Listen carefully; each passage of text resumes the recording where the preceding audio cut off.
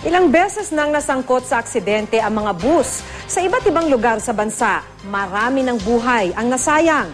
Kabilang sa mga aksidenteng yan nangyari rin sa Tuba, Benguet. Makibalita tayo kay Alfie Tulagan. June 2012 nang sumalpok ang bus na ito sa isang poste sa Tuba, Benguet. Sinadya lang daw ng driver na isalpok ang bus doon kaysa tuluyang mahulog sa bangin. Nawalan ng preno ang bus sa pababang bahagi ng Marcos Highway. Patay ang isang pasahero habang sugatan ang 22 iba pa kabilang ang driver at konduktor.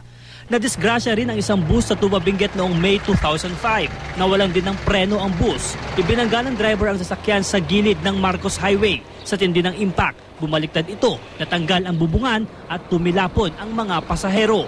29 ang namatay sa disgrasya. Setyembre naman ng taong 2012, nagkarambola ang isang bus, oil tanker at motorsiklo sa Muñoz, Nueva Ecija. Napag-alamang mabilis ang takbo ng bus sa accident-prone na lugar. 9 ang patay, kabilang ang driver at 5 pasahero ng bus. Patay rin ang driver ng tanker at mag-asawang sakay ng motor. Nahulog naman sa bangin ng isang tourist bus noong June 2010 sa Balamban, Cebu. Nawalan ng kontrol ang driver sa pababa at pakurbang daan. 21 ang namatay rito.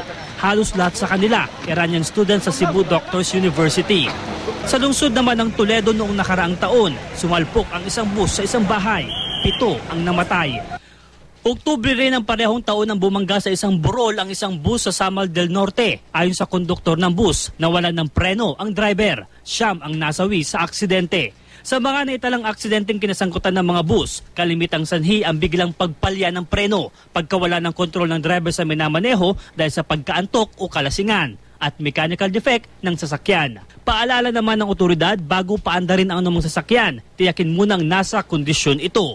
Alfie Tulagan, Nagbabalita, Pilipinas.